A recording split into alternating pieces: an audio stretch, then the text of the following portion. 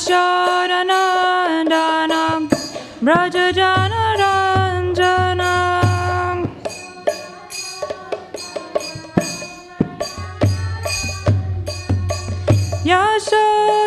Yashodanandana Brajajanaranjana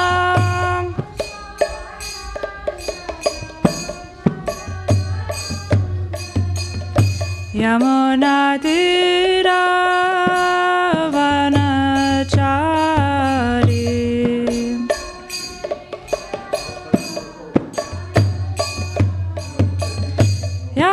Yamunatira Vanachari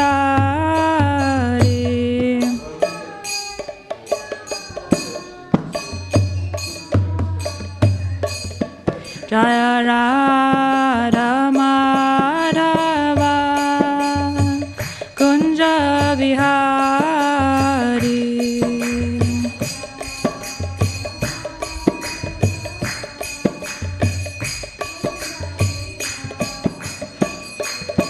Jaya Radha Madhava Kunja Vihari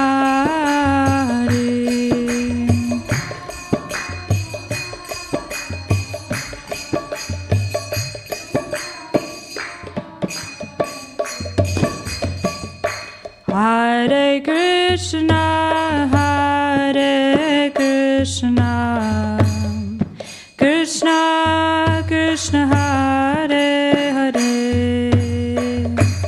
Hare Rama, Hare Rama, Rama Rama, Hare Hare.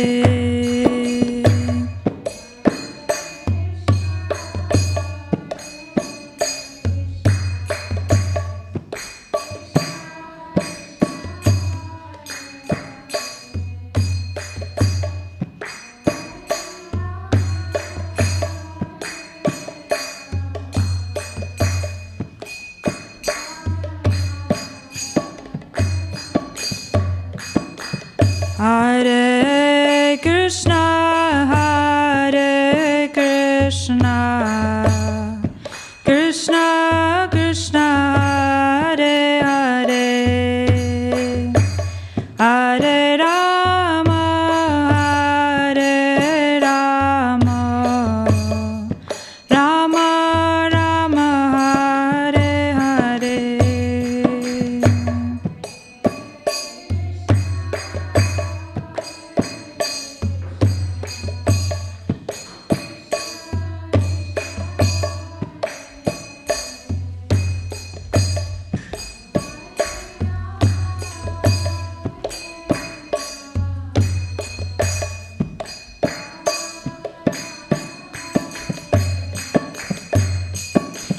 Hare Krishna, Hare Krishna, Krishna Krishna, Hare Hare, Hare Rama, Hare Rama, Rama Rama, Hare Hare.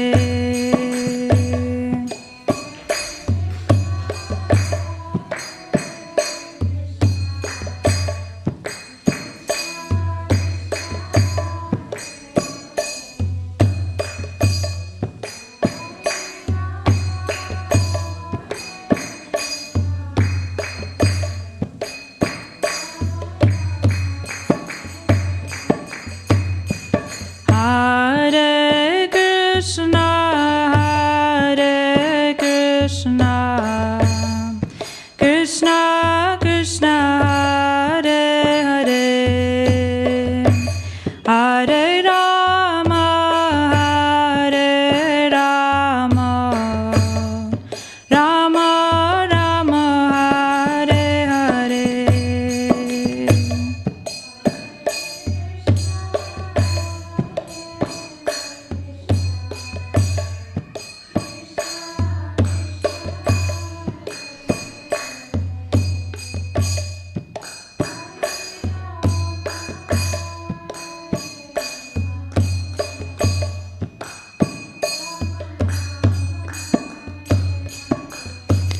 Hare Krishna, Hare Krishna, Krishna Krishna, Hare Hare, Hare Rama, Hare Rama, Rama Rama, Hare Hare.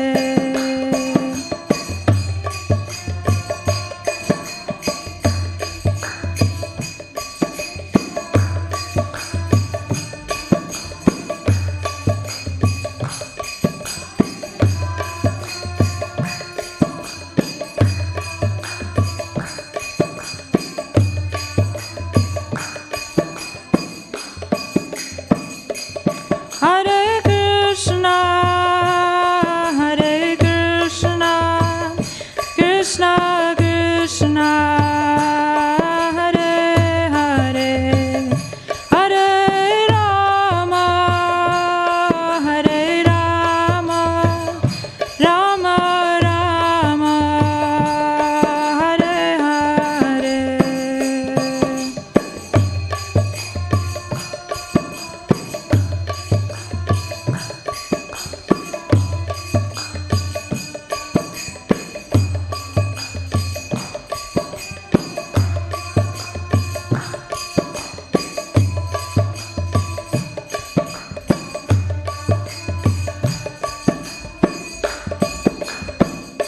Hare Krishna, Hare Krishna, Krishna Krishna, Hare Hare, Hare Rama, Hare Rama, Rama Rama, Hare Hare.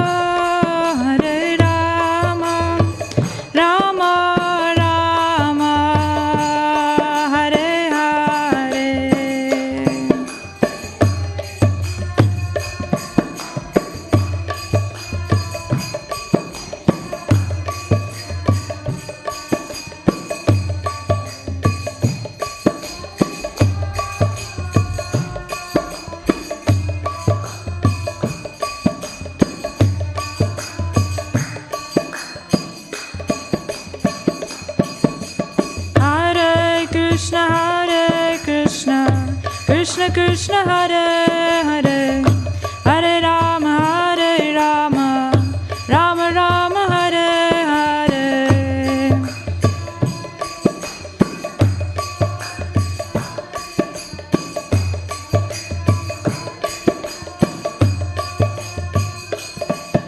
Hare Krishna, Hare Krishna, Krishna Krishna, Hare Hare, Hare Rama, Hare Rama, Rama Rama, Hare Hare.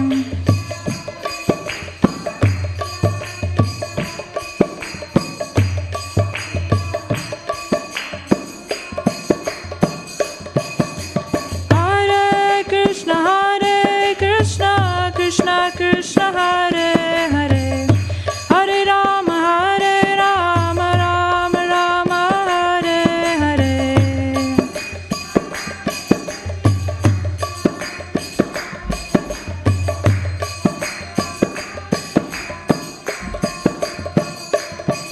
Hare Krishna, Hare Krishna, Krishna Krishna, Hare Hare, Hare Rama, Hare Rama, Rama Rama, Hare Hare.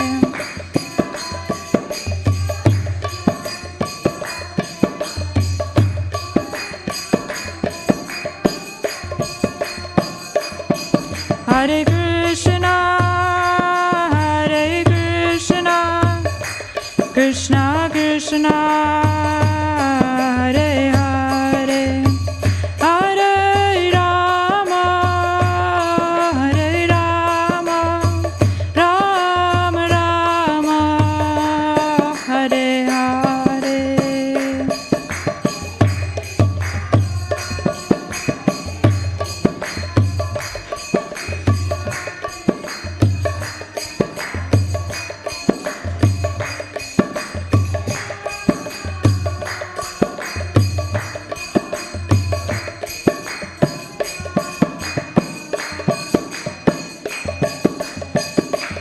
Jaya Radha Gokula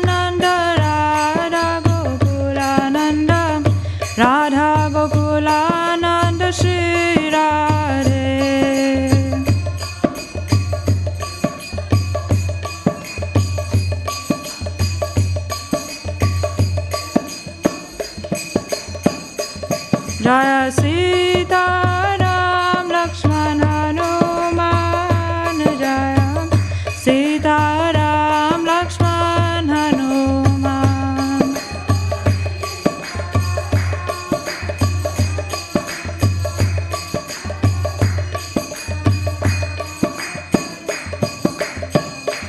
Jaya Gauranita Jaya Gauranita Jaya Gauranita Jaya Gauranita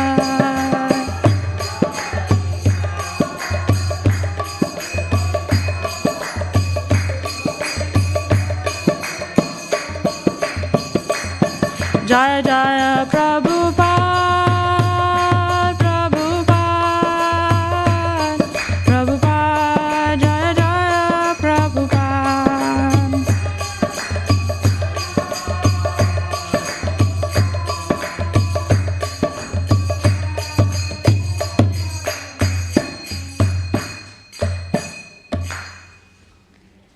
Gaur Premanandi Haribo Srimad Bhagavad Gita Ki Jai.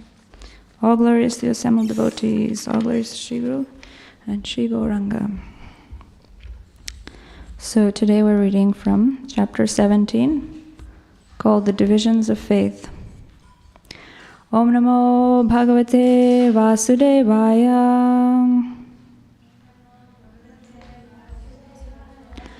Om Namo Bhagavate Vasudevaya. Om Namo Bhagavate Vasudevaya.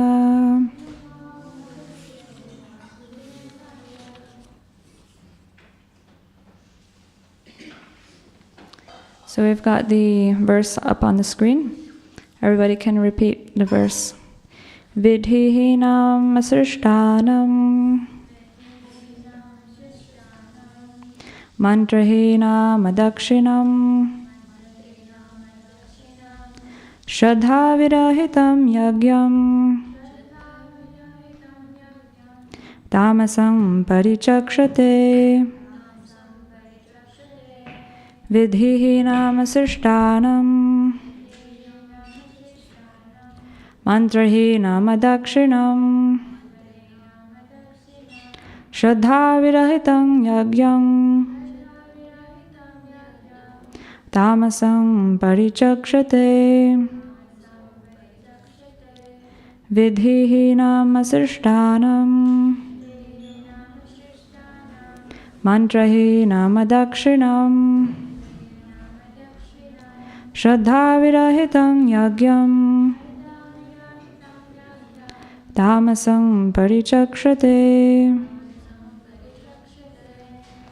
Would anybody like to recite the verse?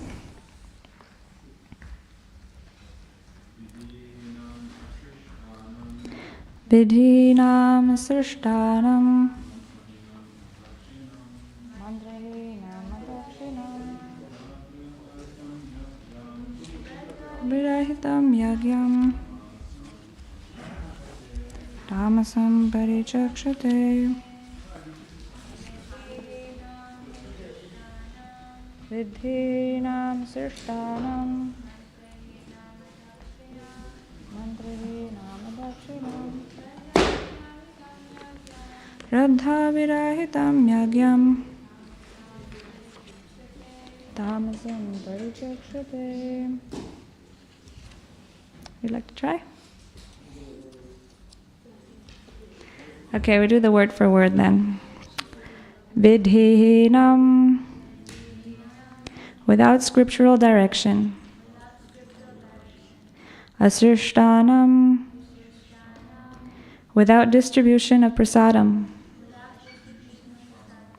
Mantrahinam, with no chanting of the Vedic hymns. Adakshinam, with no remunerations to the priests. Shraddha, faith. Virahitam, without. Yagyam, sacrifice.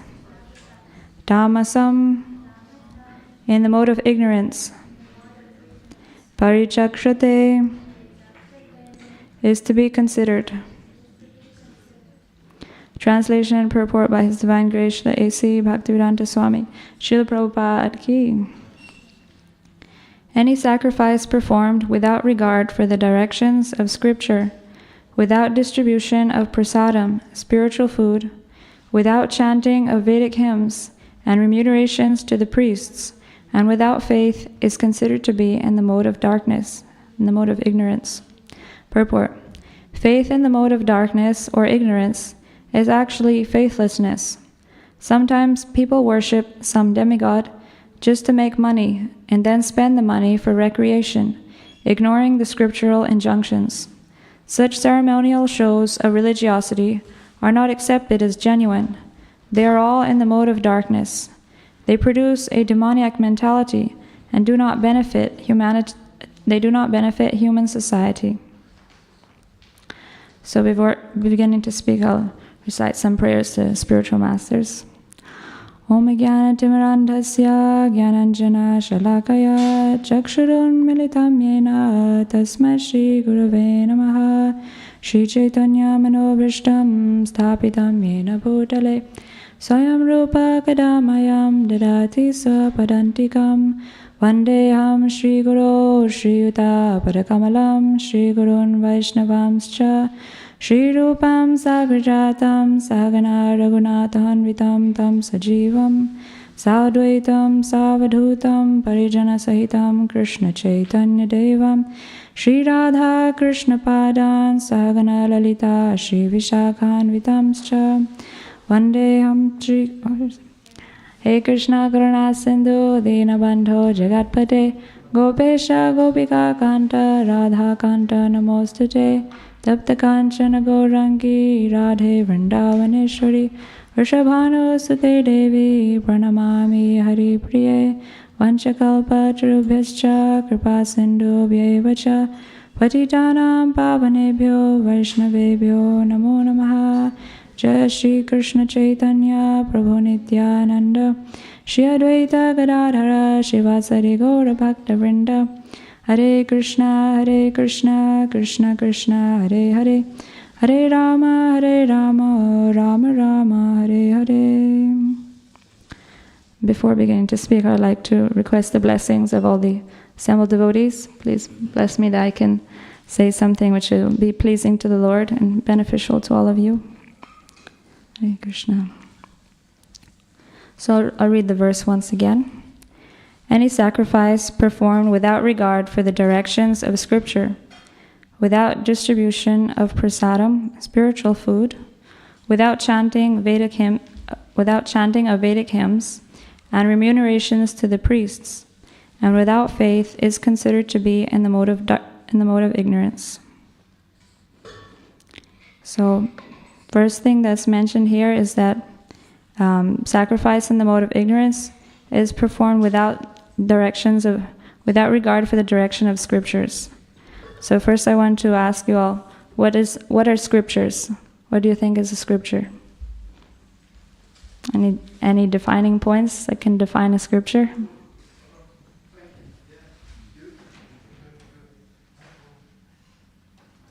There are many books of knowledge, right? But can you call all of them scriptures? These are what religious texts, like Vedas, Upanishads, Ramayana, Mahabharata, all these are. Yeah. So what makes it different from any other textbook?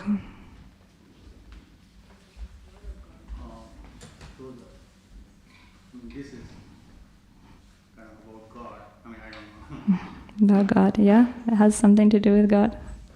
So basically the scriptures, why the scriptures are special is because they're spoken by God.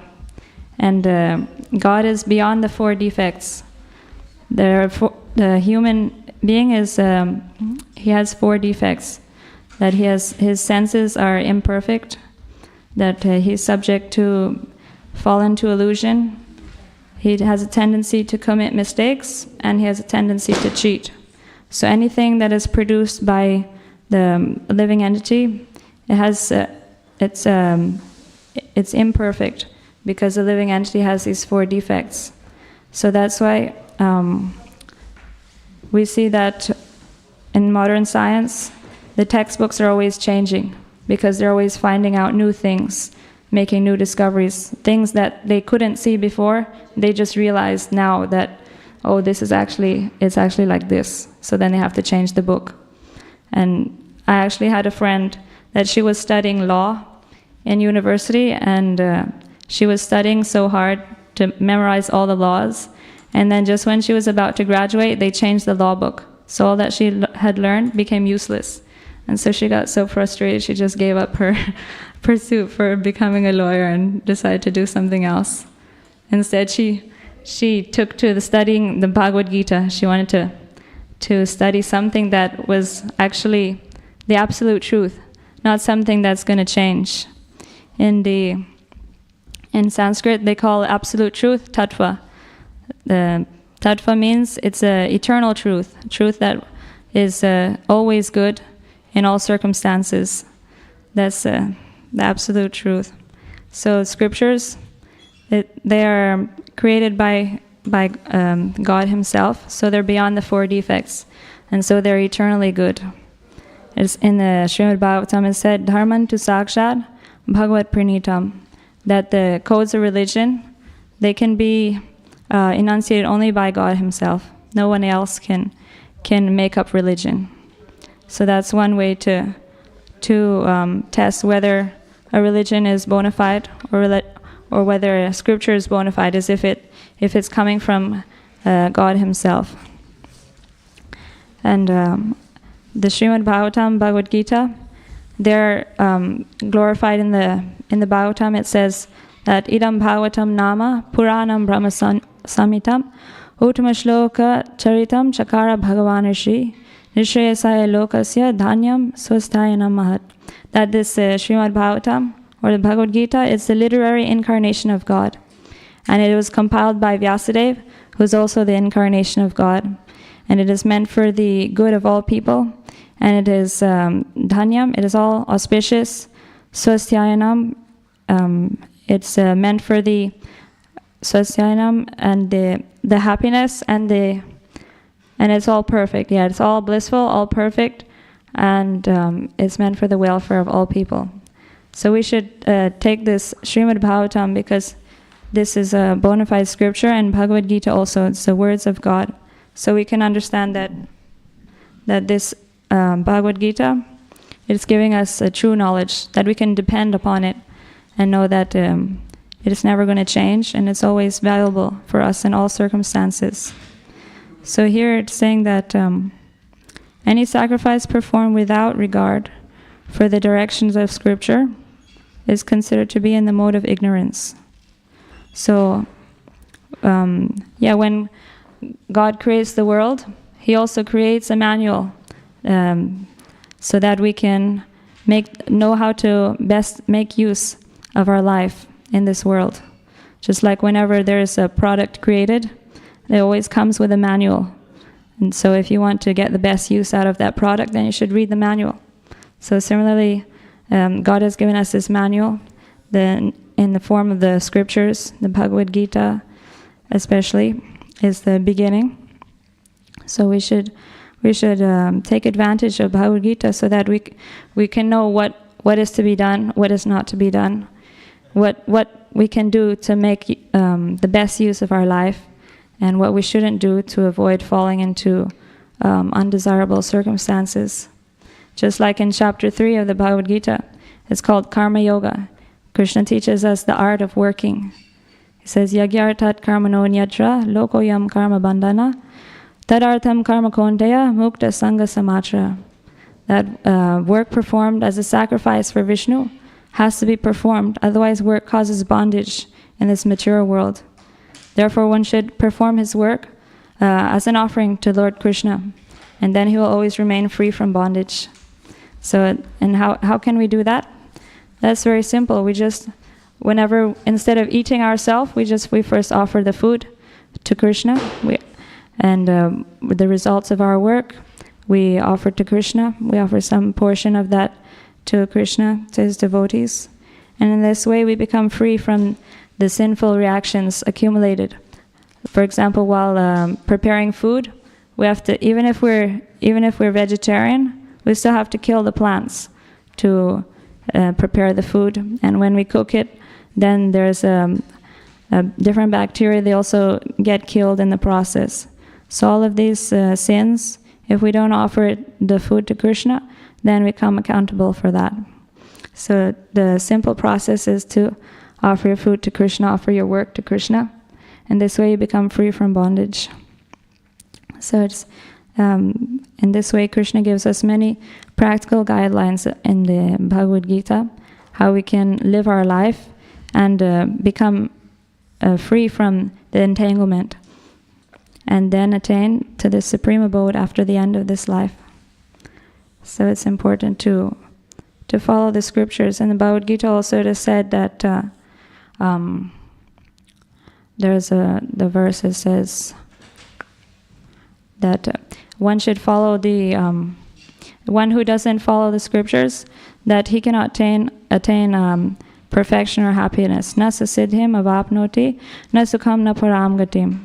That one who doesn't follow the scriptures, he cannot attain happiness, nor perfection in life, nor the supreme destination.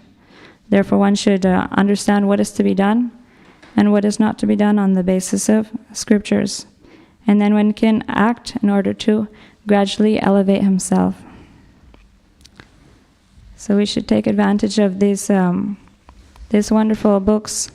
Our founder, Srila Prabhupada, he worked tirelessly to translate all these literature to make them easily available to us in the English language.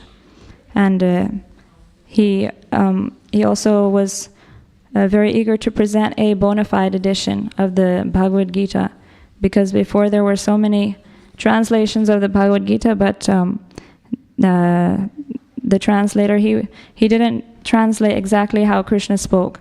He translated it in adding his own opinion, which was not in accordance to the instructions of Krishna. So that's why Srila Prabhupada was very eager to present Bhagavad Gita as it is. That's why this is called Bhagavad Gita as it is, because it's the instructions of Lord Krishna just as he gave them. So then the next item that is mentioned here is, it says without chanting. Any sacrifice that is performed without the chanting is in the mode of the ignorance.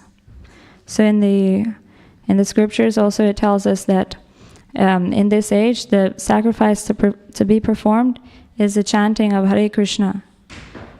That this age of Kali is full of faults, that we have short lives. We don't have much time to perform meditation, because meditation takes many years. In previous ages, people used to live longer. Then they had more time to practice austerities, to meditate, and their minds were more peaceful. They could focus for a long time. But in this age of Kali Yuga, we have short lives, and everybody's disturbed. It's difficult to control their mind. So Lord Krishna is very kind. He gave us a very easy process to practice as a way for delivering ourselves from the age of Kali and from all sinful reactions, and to attain the highest goal is by chanting his holy names. And in the Bhagavatam there's a nice verse. It says, Kalo dosha nideradan asti heko mahan gunan kirtanadeva krishnasya mukta sangha param vrajit. That although this age of Kali is an ocean of faults, that one can attain perfection just by chanting the holy names of Krishna. So we should always chant the holy names of Krishna. There are 9 processes of devotional service, but in the Chaitanya Charitamrita it is stated that Taramadye Sarvashreshta Nama Sankirtanam Niraparade Lailanam Paye Premadan.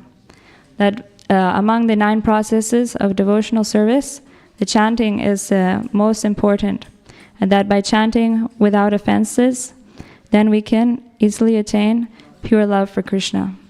And when we attain pure love for Krishna, that means that we attain the highest happiness. Because when we attain love for Krishna, and that loving relationship with Krishna is the source of our greatest happiness. Because we're all actually parts of Krishna. And we're all hankering for that happiness, but we're looking for it in the wrong places. Because in the material world, there is no eternal relationship.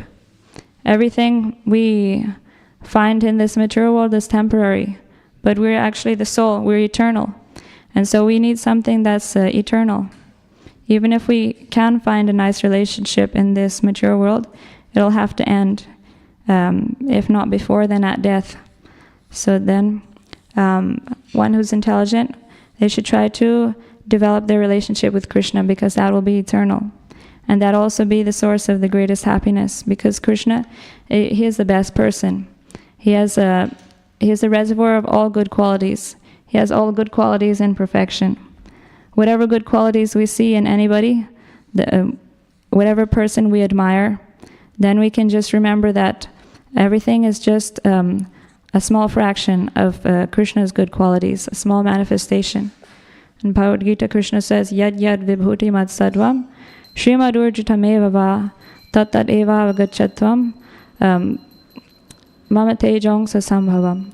That whatever beautiful, opulent, and glorious creations you see in this world, know that they're just but a spark of my splendor. So in this way we can always remember Krishna by seeing the good qualities in everybody else, and just remember that these are all just a fraction of Krishna's good qualities. And actually Krishna has all these good qualities in perfection in his person. And so then we can just increase our love for Krishna by remembering that Krishna actually has all the good qualities, and he's the most kind and loving person. In the Nectar devotion also, you can read about Krishna's wonderful qualities. There's a nice chapter in that book. It's called The Qualities of Krishna. And there the qualities of Krishna are described, that he's the most kind person, he's the most grateful, that he always remembers whatever little service we perform, he always remembers that, and he always rewards us many, many times more. It's said that if you try to give something to Krishna, if you take one step towards Krishna, then he takes 10 steps towards you, because he actually loves us so much. And as soon as he sees that we want to actually come back to him, then he helps us in all respects to come back to him. And this brings us also to the second thing that's mentioned here, was distribution of prasadam, a third thing. Yeah, without distribution of prasadam, it's called the mode of ignorance. So prasadam is, it's recommended that in every sacrifice we distribute prasadam also. Prasadam means food that has been offered to the Lord, and that when we offer food to the Lord, then it becomes spiritual. It becomes prasadam. We call it prasadam. Prasadam actually means the mercy of the Lord, because everything ultimately that we receive is by the mercy of the Lord. The food that we get, the sunlight, the water, everything is coming by the mercy of the Lord.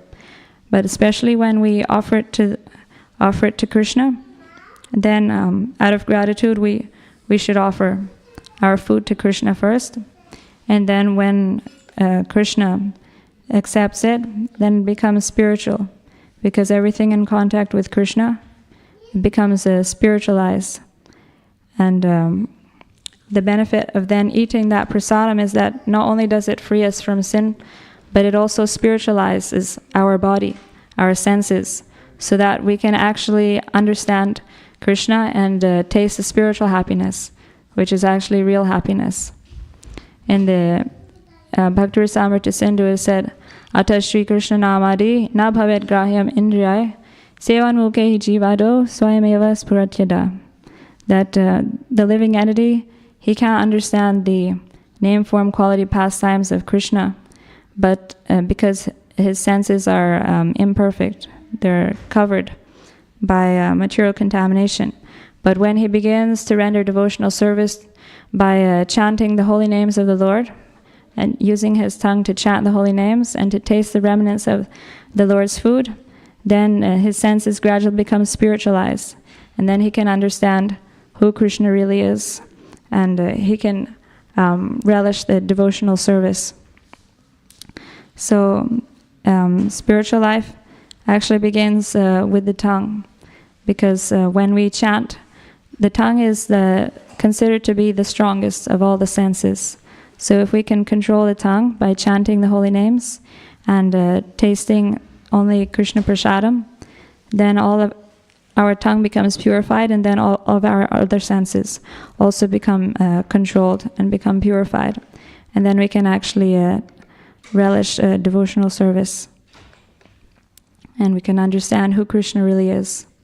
And once we understand who Krishna is, then we develop love for him, because Krishna is all attractive. So once we actually understand how wonderful Krishna is, then we can't help but fall in love with him. And then when we have that loving relationship with Krishna, then we become completely happy. It is said that the example is given of parts of the body and the whole, that Krishna is the supreme whole, and we are all parts. So we can only actually be happy when we are connected to Krishna, and when we work in accordance with Krishna's desires. Just like if you take the example of a hand and you have some food, and if the hand thinks that I don't want to serve the body as a whole, I just want to eat the food, I enjoy the food myself, so it just like mushes the food in the hand, but that can't give it any benefit. It'll just ruin the food, and it won't get any nourishment. The only way that the hand can actually benefit from the food is if it puts it in the stomach. Similarly, the only way that we can actually get happiness is if we serve Krishna, because we're parts of Krishna. If we try to enjoy separately, then we'll just end up becoming frustrated. But when we use everything in this world, which is actually Krishna's, because he created everything and it's actually meant for his service, if we use everything for Krishna's service to please Krishna, then we actually feel the greatest happiness. Because when Krishna's happy, then we as parts of Krishna, we also feel happy. So this is, in the scriptures you'll find all these instructions, how to perform devotional service to attain supreme happiness. So here it is said also,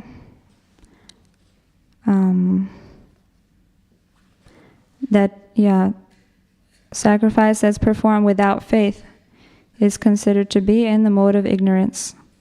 So it's important also that we have faith in the sacrifice that we're performing, which in this age is the chanting of the holy names especially, and also hearing and chanting. So how can we get faith? Anybody has any ideas?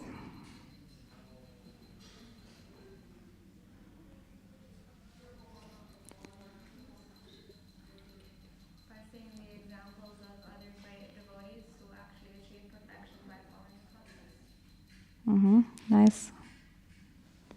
Anyone else? How can we get faith in spiritual practice? Chanting. Yeah. There are 4 ways. One is like chanting by by speaking, by chanting in the mind, and there's a thing called Madhyama, and then by imagining that there is a name written, like Krishna, and then there is one more, I think, is that the chanting? Chanting. Yeah, that's true.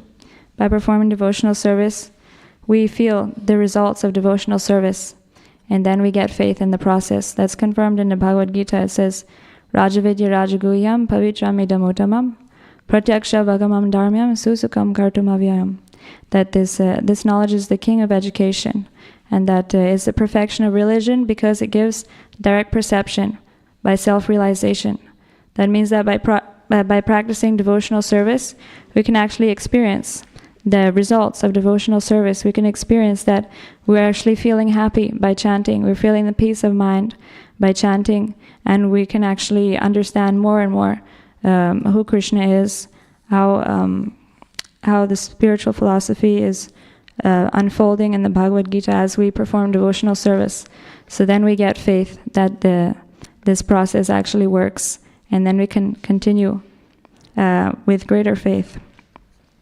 Also, in the Bhagavatam, it's explained that, as Krishna Bhava said, by associating with devotees, by seeing the example of devotees, then we increase our faith.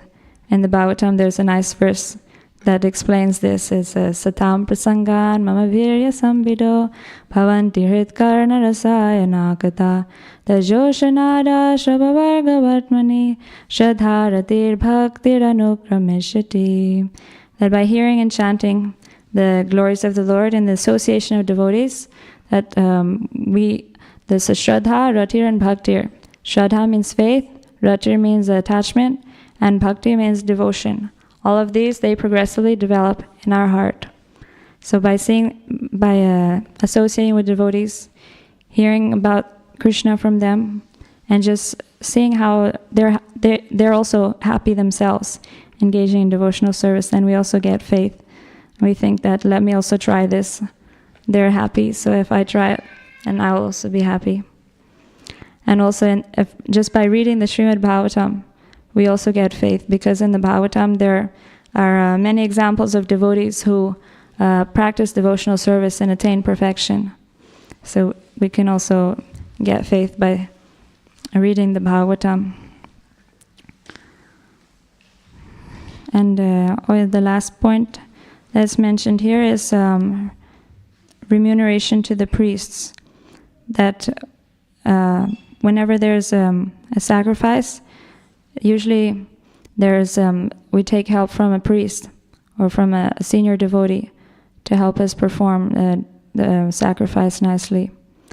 And so we should always give them some remuneration for that, helping us in performing the sacrifice.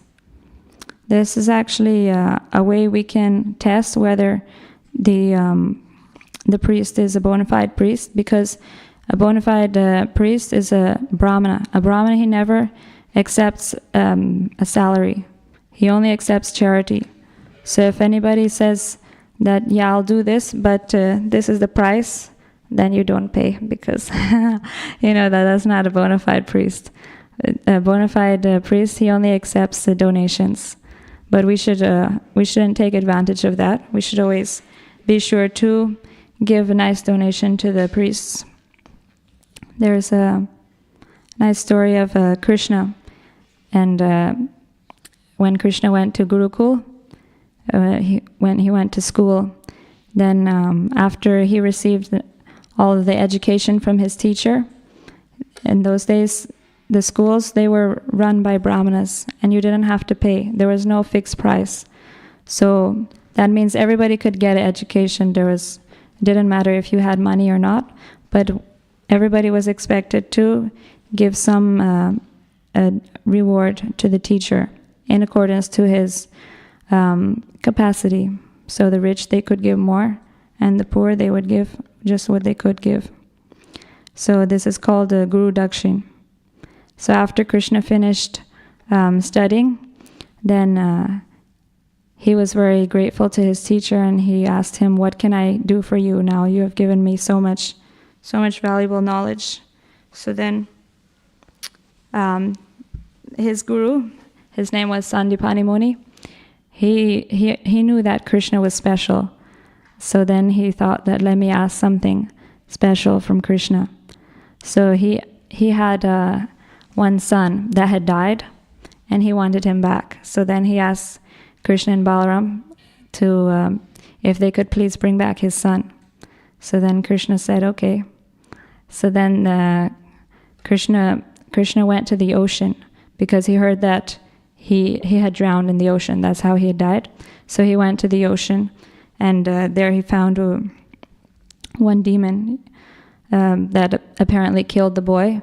But when he went and killed the demon, he couldn't find the boy anywhere there in the demon's belly. So then he went to Yamarloka, the abode of Yamaraj, the god of death, to see if he could find the boy there. But he couldn't. He did find the boy there. So then he brought the boy back and gave it to his teacher, and his teacher was very happy. So we can see how even the Supreme Personality of Godhead, he went through all these different journeys to fulfill the desire of his teacher and to properly give remuneration to him in gratitude for all the knowledge he received. So in this way we can see how we should always be sure to give remuneration to the priests who help us in the execution of sacrifices. So it's almost 10 to 7. Does anybody have any questions or comments? Anyone to share anything or add anything?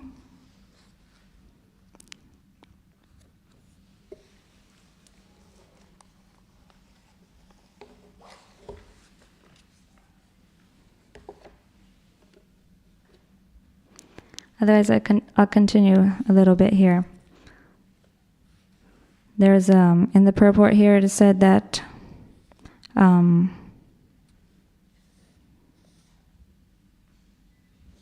sometimes people worship some demigod just to make money and then spend the money for recreation, ignoring the scriptural injunctions. Such ceremonial shows of religiosity are not accepted as genuine. They are all in the mode of darkness. They produce a demoniac mentality, and they do not benefit human society. So here we might think that we might find it strange that even demoniac people perform sacrifices, because usually we would think that demons wouldn't perform religious activities. But in the previous chapter, in the 16th chapter, it's called The Divine and Demoniac Natures. Krishna describes the demoniac nature, and you'll find here that they also perform sacrifice and charity as well. So we should be careful to not be bewildered by people who make a show of religion, but actually they're demoniac. Let me just read the verse here. It's nice verse.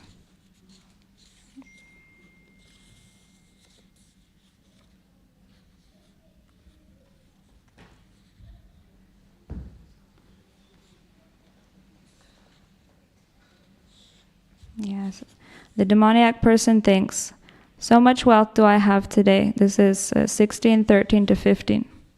So much wealth do I have today, and I will gain more according to my schemes. So much is mine now, and it will increase in the future more and more. He is my enemy, and I have killed him, and my other enemies will also be killed. I am the Lord of everything. I am the enjoyer. I am perfect, powerful, and happy.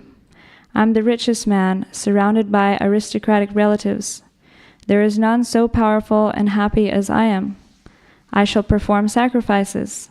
I shall give some charity, and thus I shall rejoice. In this way, such persons are deluded by ignorance.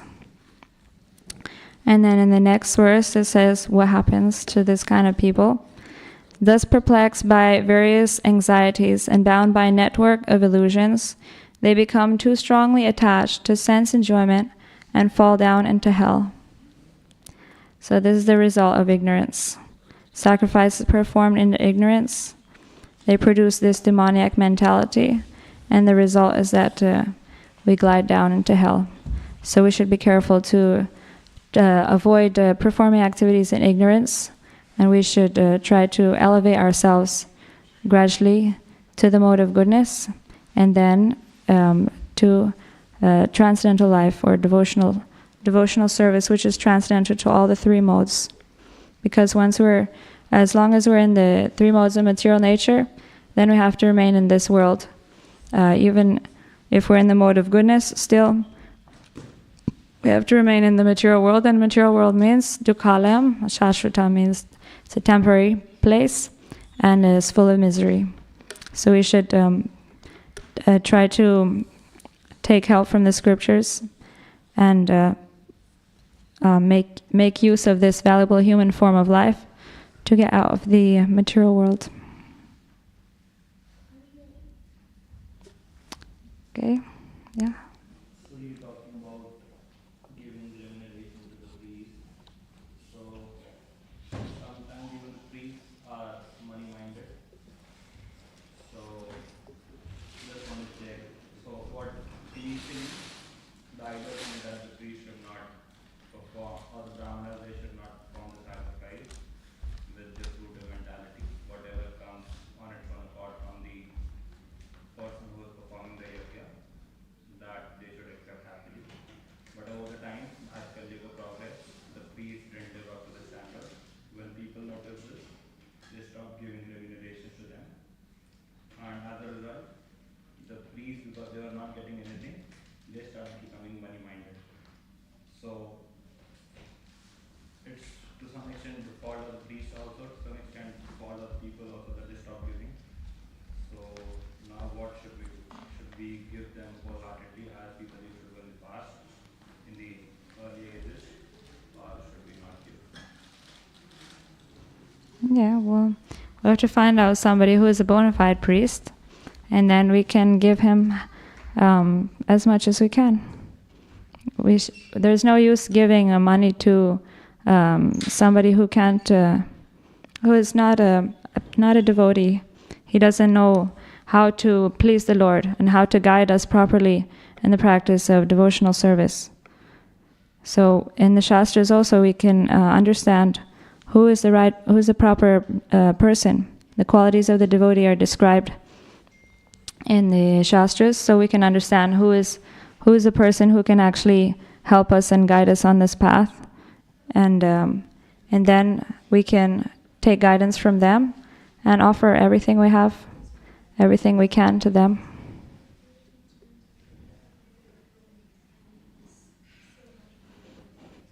Anything else?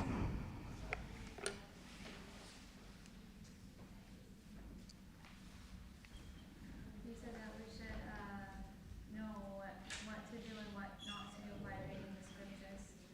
But then there's so many scriptures, you need to read everything and find out. Everything would take really long. So what's like the easiest way to find out what we need to know? What we should do and what we shouldn't do? Okay, nice question. The question was, there are so many scriptures, but we can't read all of them, so how can we know what to do and what not to do? So there are many scriptures, but the essence is Srimad Bhagavatam and Bhagavad Gita. So if we just read the Bhagavad Gita and Srimad Bhagavatam, then we'll know everything we need to know to attain perfection in spiritual life. Krishna's made it very easy for us in the age of Kali, because he knew that we couldn't read all the Vedas. That's why Vyasadeva first, he compiled the Vedanta Sutra, and then after that he compiled, still he thought that was too much. Yeah, first he divided the Vedas into 4, and then after that he compiled the Vedanta Sutra, and then after finally he made the Srimad Bhagavatam, which is the commentary on the Vedanta Sutra, and that is the essence of all Vedic knowledge. And after compiling the Srimad Bhagavatam, then he was fully satisfied that now I have presented something which is easily understandable to the common people, and which will guide them directly on the direct path of devotional service to Lord Krishna. So just by reading Srimad Bhagavatam, we can awaken our love for Krishna and attain the perfection of life. Okay. Also, of course, it helps to take association from the devotees. Those who are living Bhagavatas, there are actually 2 Bhagavatas. One is the book Bhagavata, and the other is the devotee Bhagavata. And the devotee bhakta is very helpful because they can speak to you. And so if you can just ask them, what should I do in this situation? And then they'll tell you. You don't even need to read 18,000 verses. They'll just tell you in the next minute what you should do. And then you can know what to do and what not to do.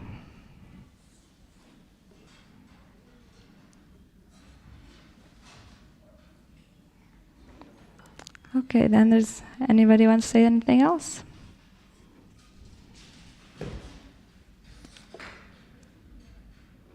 Then I think we can stop here. There's going to be arati in a few minutes.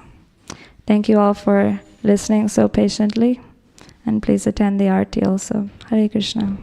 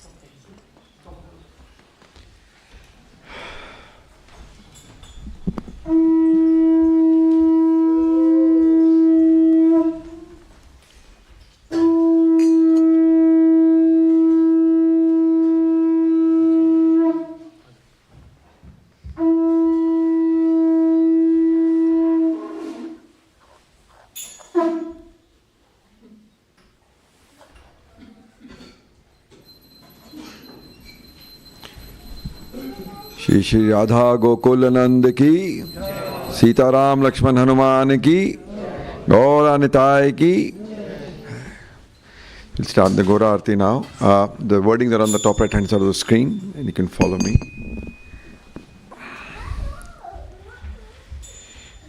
Ki bajayo jayo Gora chande re arati ko sobha.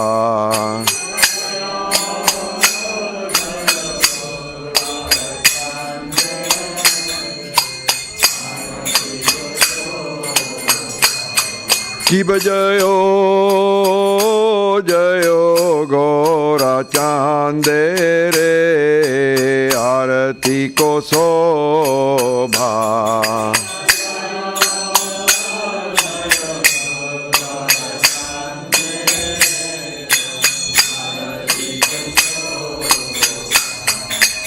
નાના વિતાતાવાને જગ મન લોભા